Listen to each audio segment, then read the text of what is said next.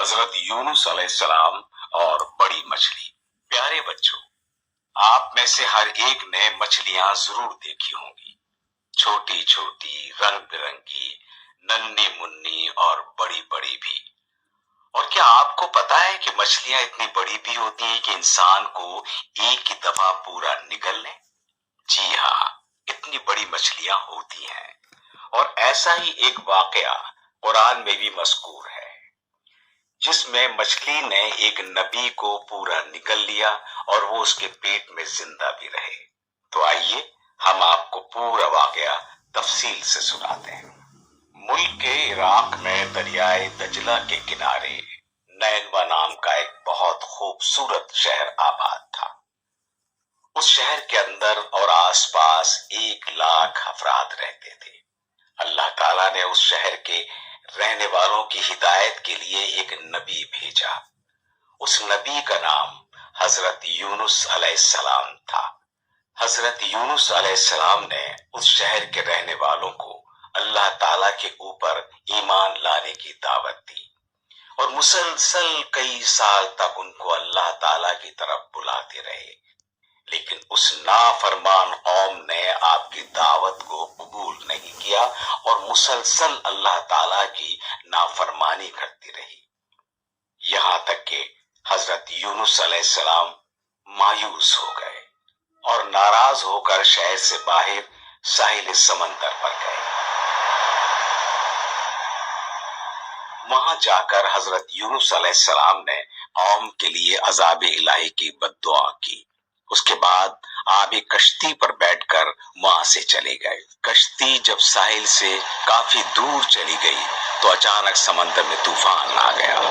طوفان انتہائی خطرناک تھا۔ بڑی بڑی لہریں شور مچاتی آتی اور کشتی سے ٹکرا جاتی۔ اتنا خطرناک طوفان دیکھ کر کشتی میں موجود تمام مسافر ڈر گئے۔ کشتی کے مالک نے کہا، لگتا ہے کہ اس کشتی کے مسافروں میں کوئی ایسا شخص بھی موجود ہے جو اپنے آقا اور مالک سے بھاگا ہوا ہے، جس کی وجہ سے یہ طوفان آیا ہے۔ لہٰذا ہم تمام مسافروں کے نام پرچیوں پر لکھ کر قرآن اندازی کریں گے۔ جس مسافر کے نام کی پرچی نکلے گی اسے کشتی سے سمندر میں پھینک دیں گے۔ جب قرآن اندازی کی گئی تو حضرت یونس علیہ السلام کا نام پرچی میں نکلا۔ آپ نے خود ہی یہ دیکھ کر سمندر میں چھلانگ لگا دی۔ جیسے ہی آپ سمندر میں گرے اسی وقت طوفان تھم گیا اور ایک بہت بڑی مچھلی آئی اور حضرت یونس علیہ السلام کو ایک ہی نوالے میں نگل گئی۔ اب حضرت یونس علیہ السلام اس مچھلی کے اندھیرے پیٹ میں قید ہو گئے۔ حضرت یونس علیہ السلام نے گڑ گڑا کر اور رو رو کر اللہ تعالیٰ سے دعا کی اور مدد مانگی۔ اللہ تعالیٰ نے حضرت یونس علیہ السلام کی دعا کو سن لیا اور مچھلی کو حکم دیا کہ آپ کو زندہ سلامت اپنے پیٹ سے باہر نکال دے۔ مچھلی نے اللہ تعالیٰ کے حکم کے مطابق آپ کو سمندر کے کنارے پر آ کر ساحل کے نرم ریت پر اپنے پیٹ سے باہر نکال دیا۔ آپ علیہ السلام مچھلی کے پیٹ میں رہنے کی وجہ سے بہت کمزور تھے اور چل پھر نہیں سکتے تھے۔